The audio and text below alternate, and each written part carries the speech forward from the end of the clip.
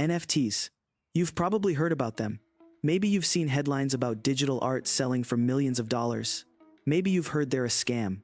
Maybe you're just completely confused about what they even are. In this video, I'm going to explain NFTs in the simplest way possible. What they are, how they work, why people buy them, and whether they're actually worth anything. Let's dive in.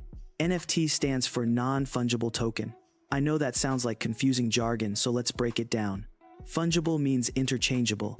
A dollar bill is fungible. If I give you $1 and you give me a different dollar, we both still have the same value. The specific dollar doesn't matter. Non-fungible means unique and not interchangeable. The Mona Lisa painting is non-fungible. There's only one original. You can't swap it for another painting and call it the same thing. A token in crypto terms is a digital asset recorded on a blockchain. So an NFT is a unique digital asset verified on the blockchain. It's a way to prove ownership and authenticity of something digital. Here's the fundamental problem NFTs solve. In the physical world, we can tell originals from copies. An original Picasso painting versus a poster of that painting. The original has value, the copy doesn't. But in the digital world, everything is a perfect copy. If I send you a digital photo, you have an identical copy to mine. There's no original. NFTs change this. They create verifiable scarcity and ownership for digital items. An NFT acts like a certificate of authenticity that can't be forged, can't be duplicated, and is permanently recorded on the blockchain. Most NFTs live on the Ethereum blockchain, though other blockchains like Solana and Polygon also support them. When someone creates an NFT, they're minting it, which means recording it on the blockchain with unique identifying information. This includes details about what the NFT represents, who created it, and who owns it. Every time the NFT is bought or sold, that transaction is recorded on the blockchain. You can trace the entire ownership history from the moment it was created. So, what can be an NFT? Theoretically, anything digital. The most common NFTs are digital art, images that exist only as files, profile pictures, abstract art, generated artwork, digital collectibles, things like trading cards or virtual toys, music and audio files where artists sell limited edition songs or albums, video clips and animations, virtual real estate in online worlds and games, even tweets. Twitter founder Jack Dorsey sold his first tweet as an NFT for nearly $3 million. Let's talk about how NFT ownership actually works, because this confuses a lot of people. When you buy an NFT, you don't necessarily own the copyright or intellectual property rights. You own a token on the blockchain that points to that digital item. It's like owning a certificate that says you're the official owner, even though anyone can still view, screenshot, or download the image. This is where people get confused and angry. If anyone can right-click and save an NFT image, what's the point of owning it? The answer comes down to provable ownership and status. Yes, anyone can save a copy of the Mona Lisa from the internet, but only one person or institution can own the actual original painting. NFTs bring that concept to the digital world. The biggest NFT boom happened in 2021.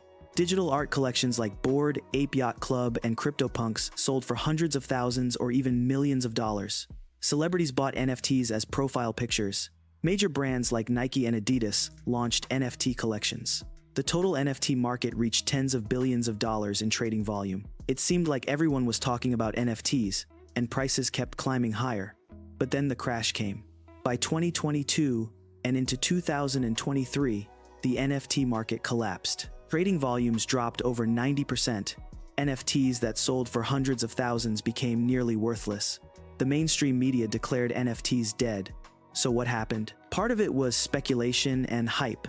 People were buying NFTs not because they loved the art, but because they thought prices would keep going up forever.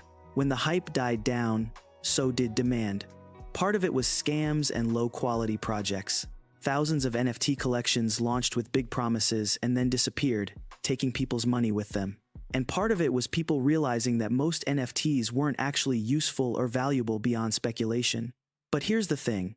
Despite the crash and the skepticism, NFTs as a technology still have legitimate use cases. Digital art ownership is one, though the speculative mania was clearly unsustainable. Proof of attendance for events. Concert venues and conferences can issue NFTs to attendees as digital tickets or souvenirs. Gaming items. Imagine owning a rare sword in a video game that you actually own and can sell to other players, not just rent from the game company. Membership and access. Some communities use NFTs as membership cards that grant access to exclusive content, events, or benefits. Digital identity and credentials.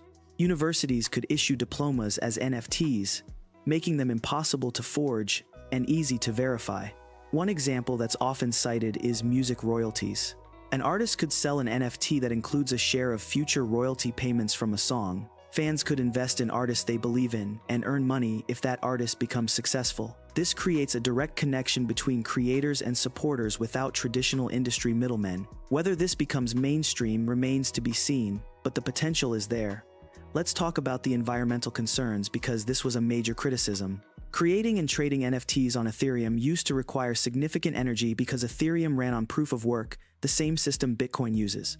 However, Ethereum's transition to proof of stake in 2022 reduced its energy consumption by roughly 99%. NFTs on Ethereum now use a tiny fraction of the energy they once did. This addresses one of the biggest objections people had. How do you actually buy an NFT? First, you need a crypto wallet that supports NFTs. MetaMask is the most popular option. You load your wallet with cryptocurrency, usually Ethereum. Then you visit an NFT marketplace. OpenSea is the largest and most well-known, but there are others, like Rarible and Foundation. You browse collections, find an NFT you want, and either buy it at a listed price or bid in an auction. The NFT then appears in your wallet, and the blockchain records you as the owner. Here's my honest take on NFTs. The speculative mania and ridiculous prices we saw in 2021 were clearly a bubble. Most of those overpriced profile pictures are not good investments. Many NFT projects were outright scams designed to take people's money. The technology itself, though, the ability to create verifiable digital ownership and scarcity, is genuinely useful. It's just that the most valuable applications probably aren't expensive monkey pictures. They're things like digital identity, proof of credentials, ticketing systems, and ways for creators to monetize their work directly. Should you buy NFTs? If you're thinking of it as an investment, be extremely cautious. The vast majority of NFTs have lost most of their value and will likely never recover. The chance of finding the next valuable collection is very low. If you love digital art and want to support an artist, buying their NFT can be a meaningful way to do that, as long as you're not expecting to get rich from it. If you're interested in joining a community that uses NFTs for membership, that can make sense if you value what that community offers. But don't invest more than you can afford to lose, and be very skeptical of promises that an NFT will increase in value. The future of NFTs is uncertain. The hype has died down significantly. Many people now associate NFTs with scams and wasted money.